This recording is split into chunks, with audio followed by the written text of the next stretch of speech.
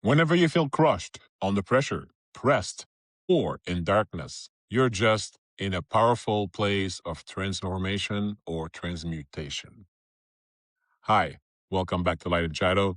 My name is JF. This quote comes from Leila Delia. She's a spiritual writer, certified spiritual practitioner, wellness educator, and founder of Vibrate Higher Daily, a vibrational-based living online community and mentoring program. Today, I'm talking about transmutation. Transmuting energy is the conscious process of transforming dense, negative, or stagnant emotion, like fear or anger, into constructive, high vibrational forms like creativity or motivation. Instead of suppressing emotions, it involves fully experiencing them and using techniques like meditation, movement, or creating outlets to shift their forms rather than being ruled by them. Key aspect of energy transmutation. The process is an internal alchemical shift where you accept the presence of negative energy, then consciously redirect it. Techniques, mindfulness, meditation, breath works, and journaling allow for processing emotional blockage. Action, creativity, channeling frustration into physical work, arts, music, or sports. Mindset,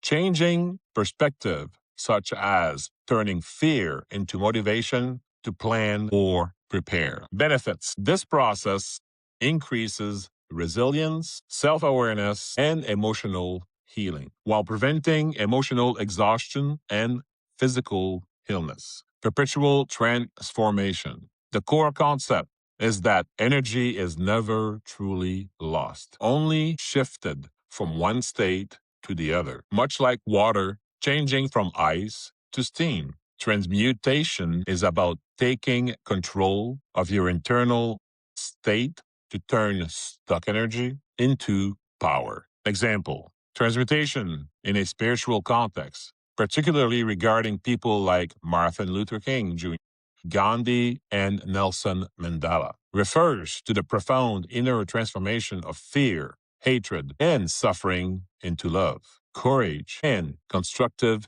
actions. King facilitated this transmutation through a holistic spirituality that integrated prayers, faith, and Gandhian nonviolence, allowing him to turn personal fear and socio-political violence into a powerful soul force. Key aspect of spiritual transmutation in Martin Luther King's life and philosophy includes redemptive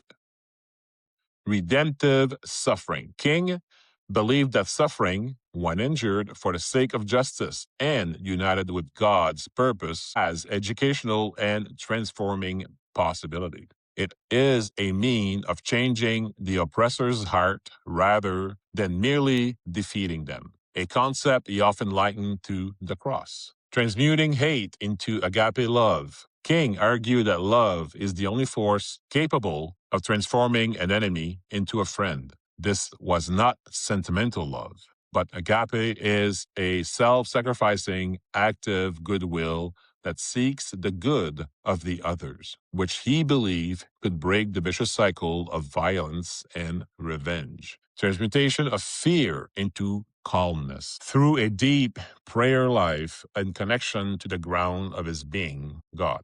King transmuted his fears into a deep sense of calm, allowing him to lead despite constant threats to his life. The transformed nonconformist. King called for a creative maladjustment to an unjust world, urging followers to be transformed by an inner spiritual power to challenge injustice without becoming corrupted by it. Internalization of spirit.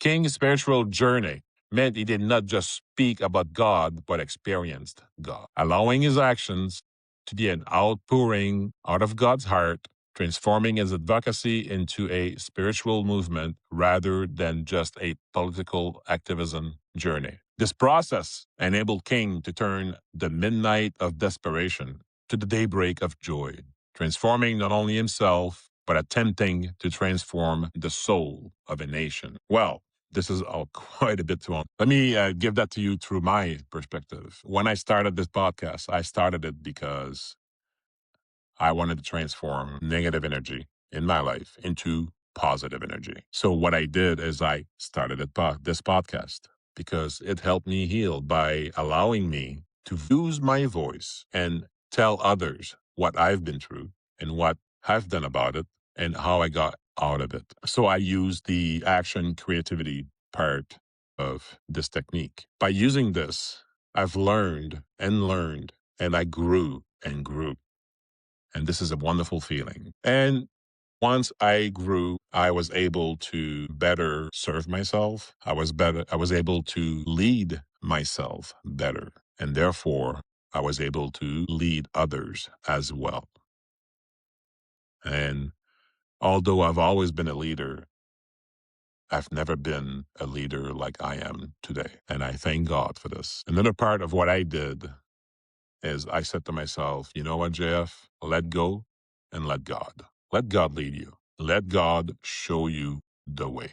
And he did. So yes, this is how I did my transmutation. And this is I use transmutation on an everyday basis when negatives come my way. I take that energy, which is the negative energy, I transform it into positive energy through actions, through words, through this podcast. So I hope that this helps someone out there. And if you do, just send me a message. So again, we'll always ask, what have you done this week to shine your light? For me, this week was very special because I am currently vacationing in West Virginia to meet with my girlfriend and her granddaughter, which has been a wonderful week. And everywhere I went this week, I always have seemed to have a opportunity to light somebody's life just by giving them a smile, giving them sound advice, and getting to know and meet new people who are just wonderful. So I encourage you every week to share your light, because when you do, it only does not only make your life better and your light shine brighter, but you get to make other people's light shine brighter. And in return, they can make other people's light shine brighter. So please don't stop that. And until next week, I wish you love, light, and shadows. Goodbye.